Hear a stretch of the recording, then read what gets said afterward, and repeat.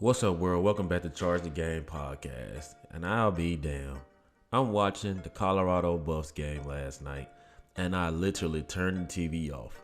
I turned the TV off and I go to bed. I wake up this morning, fix my black coffee, right?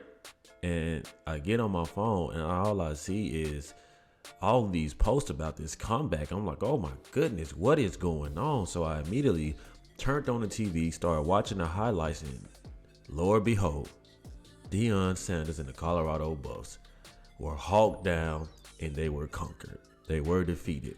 And I just knew that the way Stanford was playing, I believe they were 1-4, 1-5, I can't remember, but I just knew that those guys were going to show up and handle business, right? Before I continue to talk about this, I want to ask you guys to hit that subscribe button and also hit that notification bell so you guys can continue to get the latest when I drop my sports media takes.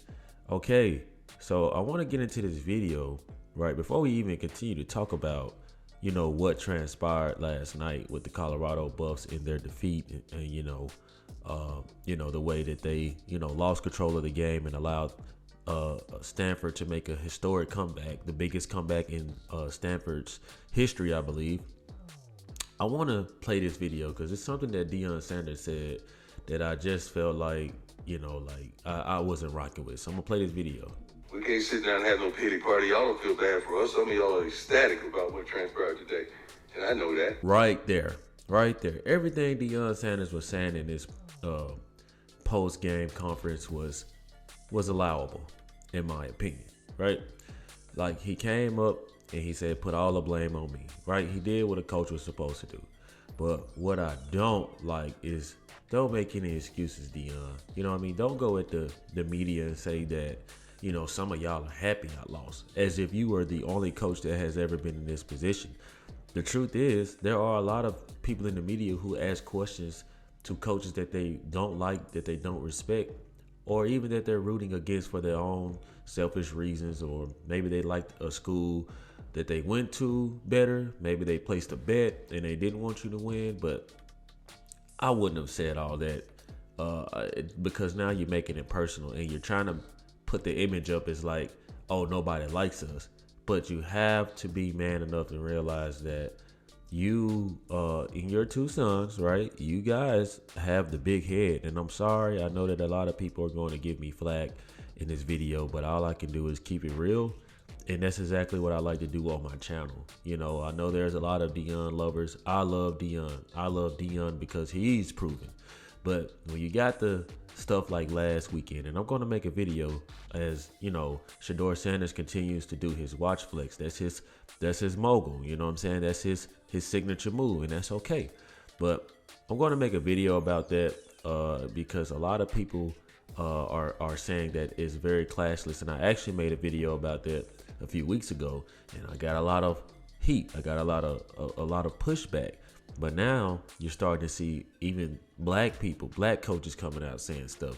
You're starting to really see how LeBron James and the JJ Redicks, how they feel. You see what I'm saying? Like, don't be blind by the fake love, because the problem is when it comes to Deion Sanders and the Colorado Buffs, a lot of people are showing fake love because it's hot and fresh, right? Mind you, I went to Jackson State University, right? I did not see Sheduer Sanders acting like this at all. I did not see it. So I'm just going off of what I've witnessed, visually at my alumni, right? Jackson State University, versus how he's portraying himself now. But I want to get into, first of all, let's give it up for Stanford. Oh my goodness. Who was number 13? I can't even say his name. Is he Hawaiian? Is he Samoan? Is that Mexican? I don't even know how to say his last name, but we got him pulled up on the screen right here. This guy was balling out of control. I mean, this guy looking like 13 in the NFL. This guy looking like Mike Evans out there. I'm just being honest. This guy literally put the team on his back. I don't know what he drank in halftime. Maybe he went into the locker room and drank some of that Space Jam juice that Michael Jordan had. I don't know, but this dude hit game breaker mode. And for that team, because the team gave up. I'm just being honest, the first half the team gave up. But that's where you see good coaching, right? That team, if there was a normal team, they probably would have accepted that defeat and gave up. But because of how these coaches are aiming to prove that they can beat Colorado because of Deion Sanders and his sons, who seem to have big mouths. They are going to stay in that fight. I want you guys to know that was the ammo, right? They had that type of ammo and ammunition from their head coach. Stanford's head coach was not trying or going in that game. He was not going to lose that game. And he put a message into those guys that made those guys turn it up in the second half. And they started to believe it. They clawed their way back. And they literally went to the wire and won the football game. And that was a great football game. And that's outstanding on Stanford's behalf. Now, what I want to get into is, you got to remember when Sheduer Sanders is, going into the end zone like last week in Arizona, flexing and holding the wristwatch up. These teams are taking notes, right? These teams are saying like, no, he's not going to do that against us. And I want you guys to know that you guys got to think about this, right? We saw Baker Mayfield get drugged, right? Baker Mayfield in the NFL got drugged because of his personality in the way that he is in the media. Sheduer Sanders is times 10. We saw Cam Newton get dragged in the media, and all he did was open up his vest and wear silly hats. That was still a team distraction. So when I make these videos and I'm telling you guys, like, yeah, you guys are on a hype train now, but in the long run, you guys are painting a target on Sheduer Sanders' back. He is a supreme talent. He truly is. But when you do stuff like that, people hush you. In the end, you saw the whole team holding up their wrists, saying like, yeah, like it's our time, because they're mimicking you. And what you're doing is you're going out of your way to make it very personal against all of your opponents to prove that I'm Sheduer Sanders and I got to show up. We saw Travis Hunter go on his podcast and say, yeah, when he holds up that wrist, he knows that he has to show up in the next game. And this is egg on his face. And not only is it egg on his face, Deion Sanders has to face those arrows, those media bullets. He has to be the forefront because he is condoning this. And I get it. Prime time, you see him head coach, you got the gold chain, the gold headset. You got the whole prime effect going on, right? And you're doing it your way, which is nothing wrong with that. But do understand that your team is going to be a reflection of you. You know what I mean? So if all of your team is going to be a reflection of you, it's going to look a little odd. But if you're doing it in winning fashion, then that's when it's okay. But when you start to lose, oh, do they turn? Oh, yeah, boy, they're going to turn on you quick, fast, and they're going to turn on you in a hurry. And that's exactly what happened with Deion Sanders, as, they showed the before and after pic. I'll see if I can find that. They showed the before and after pic of how he was smiling at halftime, right? Because it feels good to gloat. We all know that Deion Sanders likes to gloat, and he likes to, show out and have that attention. We get that. But boy, the still frame shot of Deion's face when the final score was on that board was ultimate egg. I mean, straight pigeon crow all over his face, right? And this is why it's good to be humble. It is good to be humble. You don't have to. We know who you are, Deion Sanders. We truly do. And to be honest with you, Deion Sanders got the right to talk like that because he did magnificent things for Jackson State. And he also did magnificent things for the NFL. He's a Hall of Famer. He has the right to talk like that. But when you're not proven, when you just these kids out here who are born into royalty, and you feel like you're a little bit better than everybody just because of who your dad is. It's only human nature. You're going to face teams and athletes who want your head and who want to take you off of that throne and prove that you are not this type of person that you think you are.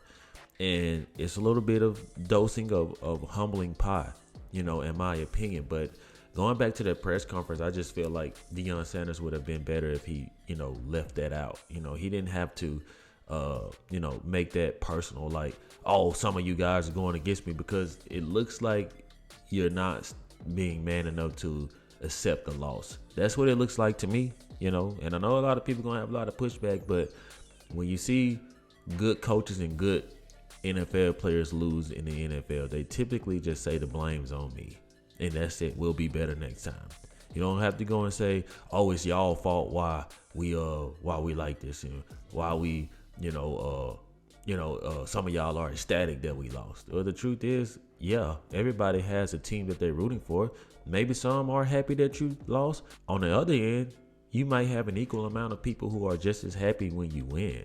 Deion Sanders is doing great things in Boulder, Colorado. I mean, he really is. But hey, it happens. It's college football. It's football, period. And football is a game of alpha men playing to prove themselves and playing to support purposes. Just like Sheduer Sanders has nearly $5 million worth of NIL money. Most of those kids out there don't have that. So they have to play their asses off for their families to get their families out the hood. And I think that we fall victim a lot of supporting what's popular when we have all these other black head coaches at other HBCUs. Like I said, I'm gonna save all this for my next video. But you kind of gotta show up as your best self, even if you're the opposition, because you don't know, those scouts may be there for you, Sheduer, but they might like the way the opposite team playing. They might say, hey, we didn't expect to see this type of performance out here, but now we may have our eye on somebody else that faced you because they had the blueprint. You know what I mean? Like, once they locked in, they showed up, and you have to respect that. So, overall, man, what a game changer and a game breaker. And we're going to give Stanford all the praise right now, man. And, we'll see what Denver, Colorado has in store next week. I don't know if it's their bye week or not, but we'll see, man. But good game from both teams, man. It was a fantastic game. I just was watching the press conference for one, and I really wanted to cover this reaction of what the hell happened. I mean, like, Travis Hunter showed out and balled, but boy, when that boy caught that football on the back of the helmet and walked him into the end zone, he said, "You're gonna be a part of this touchdown." Do you know how legendary that still shot is going to look in Stanford's locker room somewhere, or on somebody's thumbnail on YouTube? Oh my goodness, man. Shout out to player number 13. I can't say your name, man, but you balled out. You guys let me know what y'all think in the comment section about this historic comeback on Stanford's behalf. And also let me know what you guys think about the whole Boulder, Colorado situation. And is this a humbling slice of pie that they needed to help them be better in the future? Let me know. Like always, like, share, subscribe to the YouTube channel. Let me know how you charge the game. Peace.